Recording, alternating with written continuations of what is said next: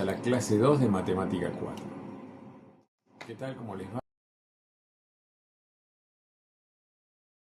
En esta clase vamos a despedirnos un poco del tema de los logaritmos, en tanto y en cuanto lo decíamos como una herramienta que nos permite medir fenómenos de la naturaleza, de rápido cambio o muy lento, es decir, cuando la escala es muy larga, muy grande, el logaritmo nos permite comprimirla y poder englobarla de alguna manera. Ahora bien, no todos los fenómenos tienen esa característica de cambio abrupto o de excesiva lentitud.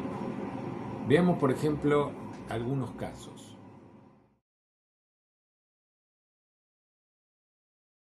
Hemos dicho de que la contaminación sonora, la acidez del agua, los terremotos, por ejemplo, son todos fenómenos que necesitan del mundo logarítmico para poder ser medidos. Pero vamos al caso, por ejemplo, que nos atañe ahora. Para eso analicemos la experiencia de la historia del pasto.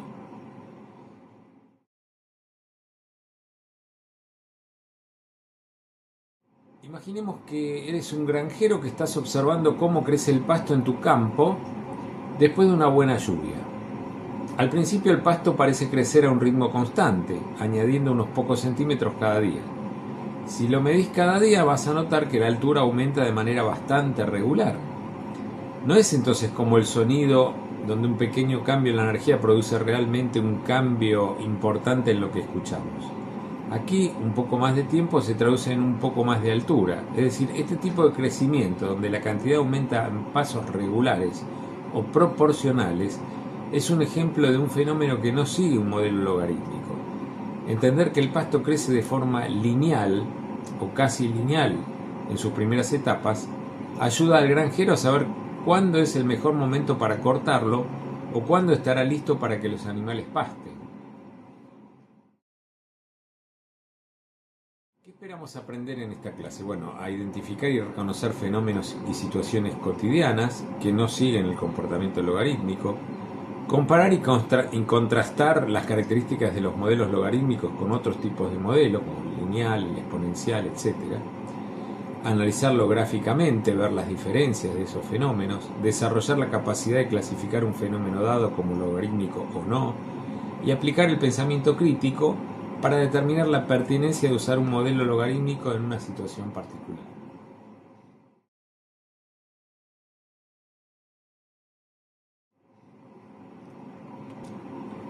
Bueno, vayamos entonces al mundo del cambio directo y proporcional. Es decir, ahora vamos a ir a un territorio donde el cambio ocurre de manera más visible y constante, donde las relaciones son directas y las reglas entonces son otras. Vamos a conocer los patrones que gobiernan la mayoría de nuestras experiencias diarias. Adentrémonos entonces en lo que hemos llamado el modelo lineal. Pensemos que estamos llenando un tanque de agua con una manguera que siempre vierte la misma cantidad de agua por minuto. Cada minuto que pasa el volumen del agua en el tanque aumenta en la misma cantidad. Es decir, este es un ejemplo de cambio lineal, un modelo lineal, una cantidad que aumenta o disminuye a un ritmo constante. Si graficamos un fenómeno lineal, vamos a obtener una línea recta. ¿Y cuál es la ecuación de esa línea recta? Bueno, ya la habíamos visto, es I igual a mx más b, donde m es la tasa de cambio constante, es decir, lo que nos da la pendiente, y b es el valor inicial del cual partimos. Pero no solamente las medidas pueden ser logarítmicas o lineales, también pueden ser, es decir, los cambios pueden ser también exponenciales. Pensemos, por ejemplo, en el caso de una bacteria que se duplica cada 20 minutos. Al principio el crecimiento es lento, pero a medida que hay más bacterias, el número de nuevas bacterias que aparecen se dispara. La fórmula para un cambio de esa naturaleza sería I igual a A por B a la X, donde A es la cantidad inicial y B es el factor de crecimiento, donde B es mayor que 1. Fíjense que gráficamente nos da este tipo de figuras. Por otro lado, así como tenemos fenómenos que crecen de manera exponencial, también hay fenómenos que decrecen de manera exponencial, o llamada también el decaimiento exponencial. Es decir, es el otro lado de la moneda. Aquí la cantidad disminuye a una tasa que es proporcional a la cantidad actual. Al igual que en el crecimiento, cuanto mayor es la cantidad, más rápido disminuye al principio. Pero a medida que la cantidad se reduce, la velocidad de disminución también se vuelve más lenta, o sea, va disminuyendo cada vez más despacio. Por ejemplo, la desintegración radioactiva es un ejemplo clásico de decaimiento exponencial. Si tenés 100 gramos de una sustancia radioactiva, en cierto tiempo la mitad se desintegra. Luego de la mitad restante, en el mismo tiempo se desintegra la mitad y así sucesivamente. Es decir, nunca llega a cero, pero se acerca mucho. Pero también existen otros modelos importantes para patrones específicos que no son ni lineales ni exponenciales. Podríamos pensar, por ejemplo, en funciones cuadráticas, o sea, parábolas, que describen una aceleración no constante. Por ejemplo, el caso clásico de un elemento que se lanza a la distancia en caída libre, es decir, que genera este movimiento parabólico. Sube, llega al pico y desciende. Lo podemos describir justamente con una función cuadrática. Mientras que hay otro tipo de fenómenos, como las ondas de la marea o las olas del mar, o la variación de temperatura promedio a lo largo del año. Es decir, son variaciones que van oscilando, suben, bajan, vuelven a subir. Bueno, ese tipo de fenómenos no son ni parabólicos, ni exponenciales, ni lineales, sino ondulares. Analicemos detenidamente este gráfico. Pensemos en tres tipos de medición: la logarítmica, la lineal y la exponencial.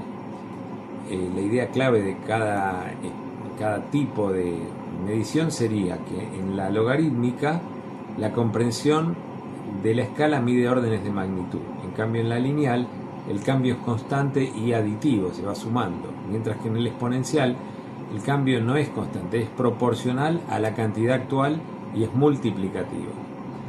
El tipo de cambio, es decir, la tasa de cambio en el logarítmico se percibe como constante, pero la cantidad real cambia masivamente, mientras que en el mundo lineal el tipo de cambio, es decir, la tasa de crecimiento o de modificación es totalmente constante. Y en el exponencial se acelera en el crecimiento o desacelera en el decaimiento de manera drástica. ¿Sí? Veamos los gráficos y veamos para qué se utiliza cada tipo de medición. Bueno, para el logarítmico, como dijimos, pH, decibeles, escala de Richter. En el mundo lineal se utiliza esta ecuación para la distancia a velocidad constante, el llenado de tanques, y la exponencial se utiliza en el crecimiento de poblaciones, en el interés compuesto o en la desintegración radioactiva. Pensemos estos dos casos. El caso 1 sería el crecimiento de una planta, es decir, una planta de maíz crece 5 centímetros cada semana. ¿Qué tipo de crecimiento es? ¿Es logarítmico? O el caso 2, el interés compuesto. Depositas dinero en una cuenta que paga 5% anual, capitalizado anualmente. ¿Qué tipo de crecimiento es? Pensemos.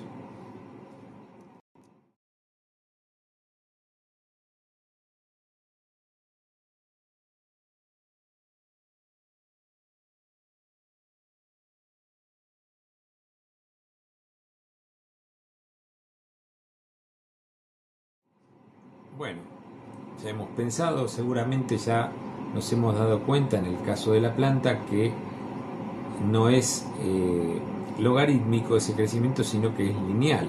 ¿Por qué? Porque es un crecimiento a ritmo constante. Cada semana se añade la misma cantidad, 5 centímetros. En el caso anterior del interés compuesto, tampoco es lineal, sino que es exponencial. Es decir, el crecimiento es un porcentaje de la cantidad actual. Cuanto más dinero tenés, más interés ganás en términos absolutos, lo que acelera el crecimiento porque volvés a tener interés sobre una mayor cantidad de dinero.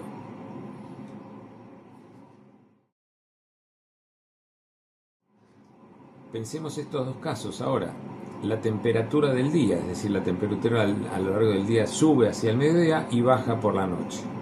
¿Cuál sería el patrón que sigue a este fenómeno? Y otro caso sería la presión del océano, es decir, la presión del agua aumenta aproximadamente 1 atmósfera por cada 10 metros de profundidad. O sea, hay una relación entre la profundidad y la presión. ¿Cómo es esa relación? Pensemos.